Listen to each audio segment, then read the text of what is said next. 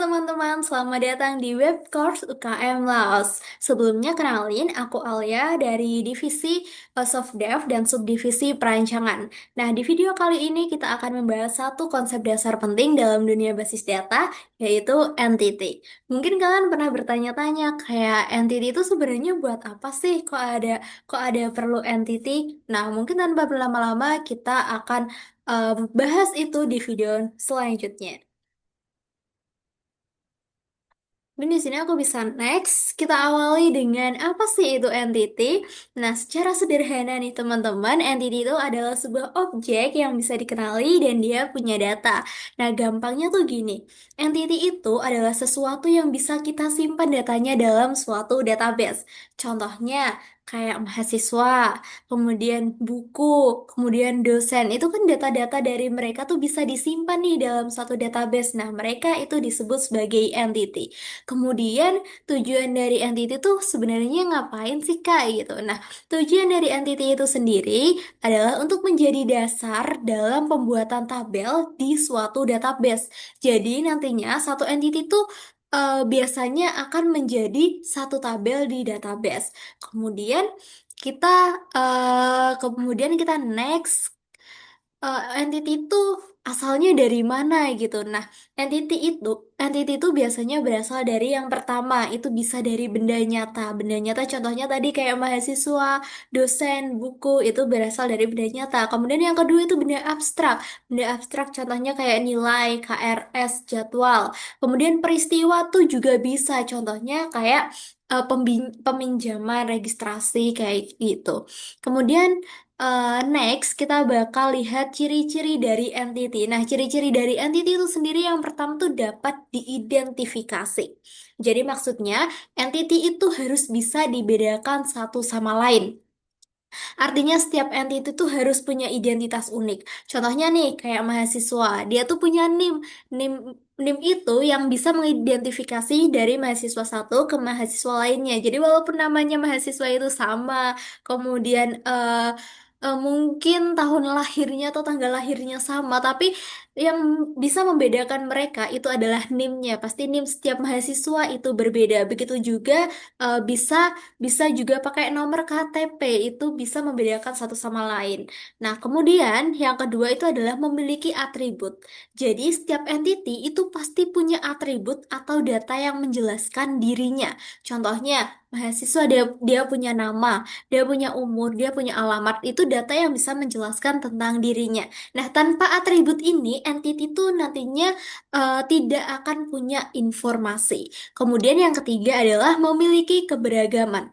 Entity itu bisa berasal dari benda nyata, kemudian dan juga dari benda abstrak. Jadi entity itu nggak harus berasal dari sesuatu yang bisa disentuh secara fisik. Bisa juga berasal dari sesuatu yang nggak bisa disentuh secara fisik ya teman-teman. Kemudian yang nomor empat itu dapat dibedakan. Nah, walaupun satu entity dengan entity yang lainnya itu terlihat sangat mirip, tapi entity itu tetap harus bisa dibedakan. Contohnya tadi pakai NIM, kemudian pakai nomor KTP, itu kan bisa membedakan satu individu dengan individu lainnya. Nah, next yang kelima itu adalah relevan dengan sistem. Jadi nggak semua hal tuh bisa dijadiin sebagai entity. Entity itu perlu dipilih berdasarkan kebutuhan sistem yang akan dibuat. Mungkin kalian bingung maksudnya dari relevan dengan sistem itu kayak gimana sih, Kak? Mungkin kita bisa next. Di sini ada studi kasus nih teman-teman. Studi kasus yang di sini itu misalkan ada sebuah sistem perpustakaan fakultas. Saat mahasiswa mendaftar, dia akan dicari namanya, kemudian nomor mahasiswanya dan juga alamatnya. Nah, setelah terdaftar, mahasiswa itu bisa meminjam buku di perpustakaan dan setiap buku itu punya data nih teman-teman, kayak nomor bukunya, judul bukunya, pengarang, penerbit dan tahun terbitnya. Kemudian dan menariknya juga satu buku itu bisa ditulis oleh beberapa pengarang. Nah, dari sini kita tuh bisa mulai menentukan mana nih yang bukan entity dan mana yang termasuk entity.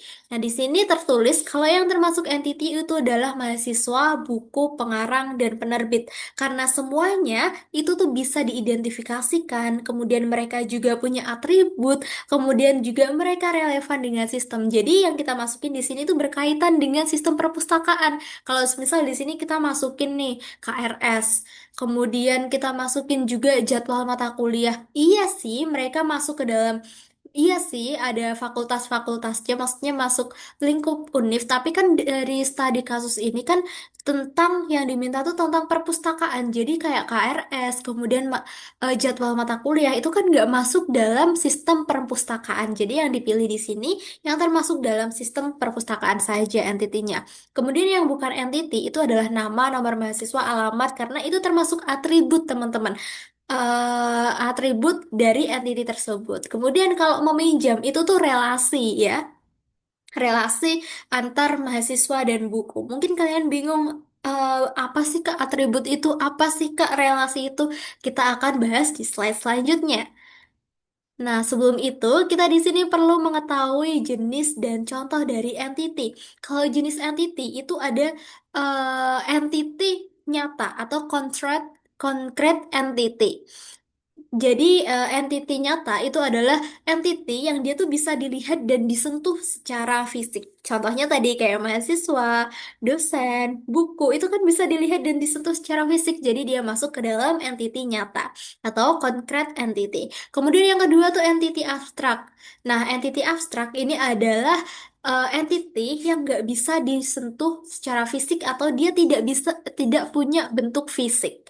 Contohnya itu kayak nilai, jadwal mata kuliah, KRS. Iya, dia termasuk entity, tapi dia nggak bisa nih disentuh secara fisik, makanya dia masuk ke dalam entity abstrak.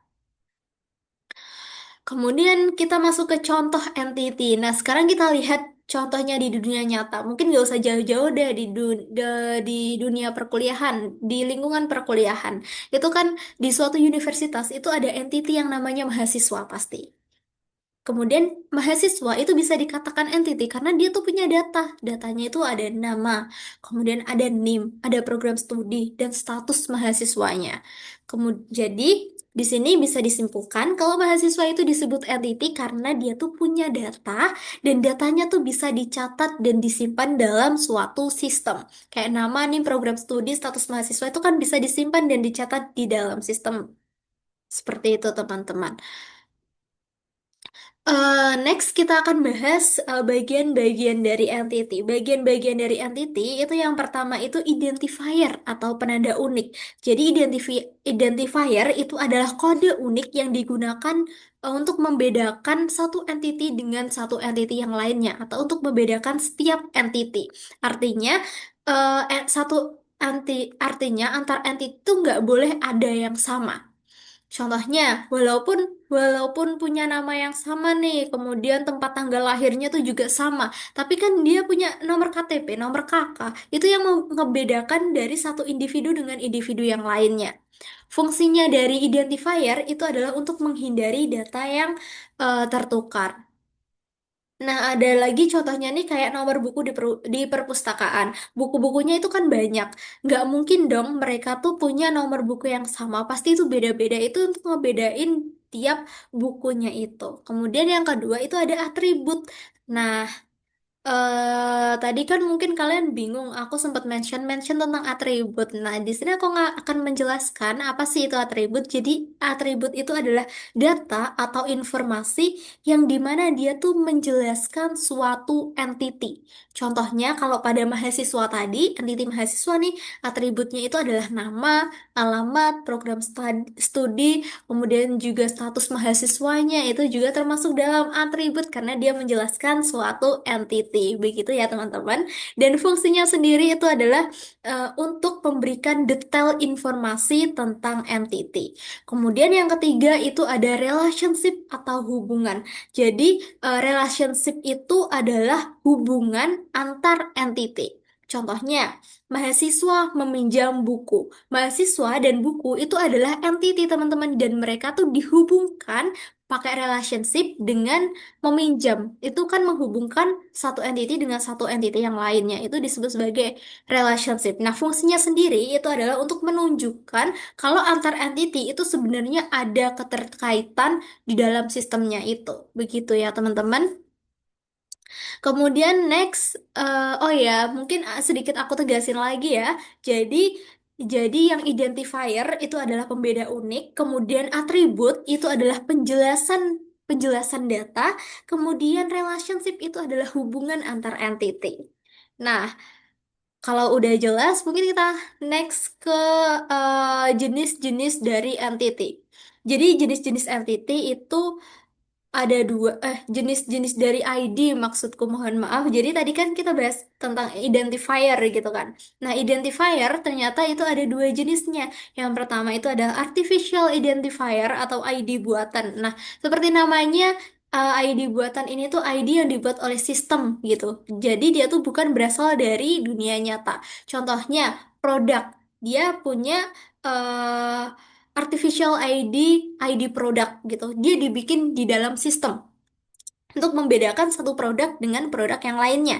Ciri-cirinya itu dia dibuat dalam sistem, kemudian biasanya tuh dia berupa angka atau kode otomatis, dan biasanya dia digunakan agar datanya itu bisa lebih stabil dan mudah dikelola. Jadi dia tuh juga otomatis dibuat di dalam sistem ya, teman-teman. Kemudian yang nomor dua itu adalah natural identifier. Natural identifier ini adalah atribut yang memang sudah ada dan bisa langsung digunakan sebagai pembeda unik. Contohnya itu kayak ya ini mahasiswa adalah NIM, produk kode produk. Nah, ini tuh biasanya bukan berasal dari dalam sistemnya tapi dari luar sistem. Jadi dia tuh sudah ada pembedanya gitu. Sudah ada, iya, sudah ada pembedanya. Jadi dia dibuat oleh manusia begitu. Kemudian ciri-cirinya sendiri itu ada berasal dari data asli, kemudian sudah melekat pada objek, kemudian bisa langsung digunakan sebagai pembeda. Jadi kalau artificial identifier itu dibuat sistem, dan kalau natural identifier itu berasal dari dunia nyata dan biasanya yang bikin itu adalah manusia.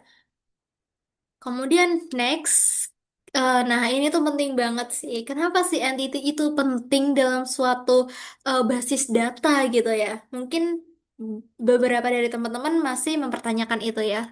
Dan jawabannya itu adalah nomor satu. Yang pertama itu adalah supaya datanya itu nggak berantakan. Nah, dengan adanya entity, data itu bisa disusun dengan lebih terstruktur dan bisa disusun dengan lebih rapi. Jadi kita tahu nih data yang satu ini masuk ke bagian mana sih, atau data yang mana ini masuk ke bagian mana gitu. Jadi kita bisa lebih tahu datanya itu ternyata lebih terstruktur gitu. Kemudian yang kedua itu menghindari data ganda atau redundansi. Nah, entity itu juga membantu kita untuk menghindari duplikasi data. Artinya, data yang sama itu nggak perlu disimpan berulang-ulang nih, supaya tempatnya itu juga bisa lebih efisien, efisiensi tempat. Kemudian yang ketiga itu membantu sistem bekerja dengan rapi. Nah, dengan struktur entity yang jelas, itu sistem bisa bekerja dengan lebih efisien dan yang pastinya bisa lebih terorganisir. Kemudian yang terakhir nih teman-teman, mempermudah pencarian data. Jadi ketika datanya itu sudah tersusun rapi, maka proses pencarian datanya nih ini juga bisa lebih cepat dan lebih mudah. Mungkin sekian yang bisa aku sampaikan. Kurang lebihnya mohon maaf. Wassalamualaikum warahmatullahi wabarakatuh.